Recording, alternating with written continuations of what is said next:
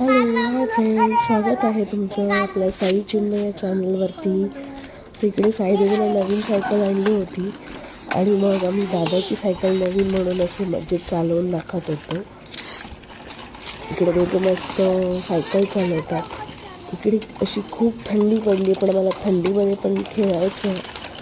तर बघत राहा आणि तुम्हाला जर साई चिन्मयचे व्हिडिओ आवडत असतील तर लाईक, शेअर आणि सबस्क्राईब करायला विसरू नका. Bye bye.